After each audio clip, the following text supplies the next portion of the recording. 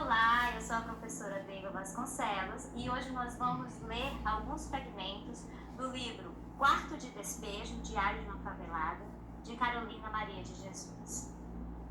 Antes da leitura, vamos conhecer um pouquinho sobre os dados biográficos dessa escritora brasileira. Ela nasceu por volta de 1914 e a gente fala dessa forma porque os dados não são confirmados como de fato em 1914, e ela morreu em 1977. Ela é de Sacramento, uma cidade mineira, e ela foi para São Paulo em 1937 e estudou até o segundo ano do primário. Essa é a imagem da Carolina Maria de Jesus. Ela diz o seguinte: o motivo para escrever um livro. Quando eu não tinha nada o que comer, em vez de xingar, eu escrevia. Isso ela responde quando é questionada sobre as motivações para escrever. A gente vai saber que a Carolina Maria de Jesus viveu, em condições precárias, como muitas outras pessoas vivem na realidade brasileira. Mas mesmo assim, ela se tornou uma escritora, como é difícil de ser, exatamente por conta das condições em que vivia. Eu trouxe mais um fragmento de uma declaração da Carolina Maria de Jesus. Ela tem uma literatura que é conhecida como a literatura como denúncia, que é aquela que tem uma linguagem literária, mas também se importa e muito em denunciar a condição social em que muitas pessoas vivem no Brasil. Ela diz assim: eu era revoltada, não acreditava em ninguém, odiava os políticos e os patrões, porque o meu sonho era escrever, e o pobre não pode ter um ideal nobre. Eu sabia que ia angariar inimigos, porque ninguém está habituado a esse tipo de literatura. Seja o que Deus quiser, eu escrevi a realidade.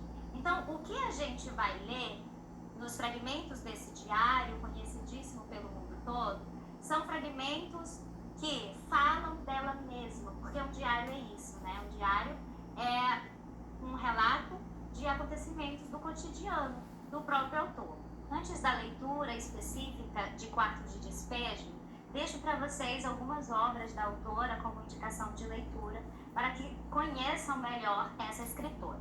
Ela tem também o livro publicado em 61 que chama Casa de Alvenaria, tem o livro de 63 que chama Fome e tem um livro que chama Provérbios também de 63. Algumas das obras da escritora foram publicadas depois de sua morte. Um deles é Diário de Bitita, o outro é Meu Estranho Diário e um livro publicado em 96 que chama Antologia Pessoal. Onde Estás, Felicidade é o último livro publicado da escritora, que foi publicado em 2014. O Quarto de Despejo teve grande sucesso quando de sua publicação e foi publicado em 13 idiomas. Ele surge de 20 diários da escritora e conta a trajetória de Carolina e de seus filhos e de todas as pessoas que ela encontra pelo caminho e inclui nessa história. Conta a trajetória dela na favela do Canidé e na cidade de São Paulo. Esse livro também é um testemunho da demagogia da política brasileira, ou da falta de políticas públicas que alcancem essas pessoas que vivem mais marginalizadas. E aí, esse também, Quarto de Despejo, é um relato sobre a fome e sobre a miséria.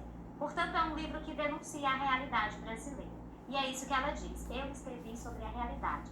E aí, essa é a realidade que ela vive e também é a realidade de muitas outras pessoas. E trata-se também do cotidiano de uma mulher negra e solteira. Vamos à leitura. No diário, na edição que nós estamos usando aqui, aparece como título o dia que foi escrito, 20 de julho. Dei leite para a Vera. O que eu sei é que o leite está sendo despesas extras e está prejudicando a minha minguada bolsa. Deitei a Vera e saí. Eu estava tão nervosa. Acho que se eu estivesse num campo de batalha, não ia sobrar ninguém com frio. Eu pensava nas roupas por lavar, na Vera. E se a doença fosse piorar. Eu não posso contar com o pai dela. Ele não conhece a Vera, e nem a Vera conhece ele. Tudo na minha vida é fantástico. Pai não conhece filho, filho não conhece pai. Nem tinha papéis nas ruas, e eu queria comprar um par de sapatos para a Vera. Segui catando papel. Ganhei 41 cruzeiros. Fiquei pensando na Vera, que ia bradar e chorar, porque ela, quando não tem o que calçar, fica lamentando que não gosta de ser pobre.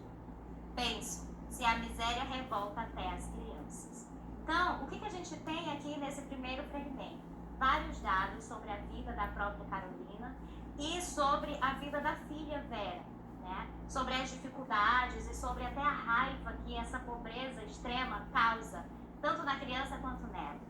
Né? E aí ela vai dizendo que o pai e é mais um dado biográfico dessa narrativa, o pai da Vera não a conhece, ela também não o conhece, então assim, quer dizer que ela tem uma carga muito maior, porque não divide a criação dos filhos com o homem responsável também por esses filhos. E aí eu fecho esse fragmento com essa parte em negrito que diz que é uma reflexão da própria Carolina Maria de Jesus. Né? Imagina, se a miséria revolta até as crianças, por que não haveria de revoltar a ela, que é adulta? E por que não revolta aos políticos, né, que a gente elege, confiando que vão nos alcançar em algum benefício social?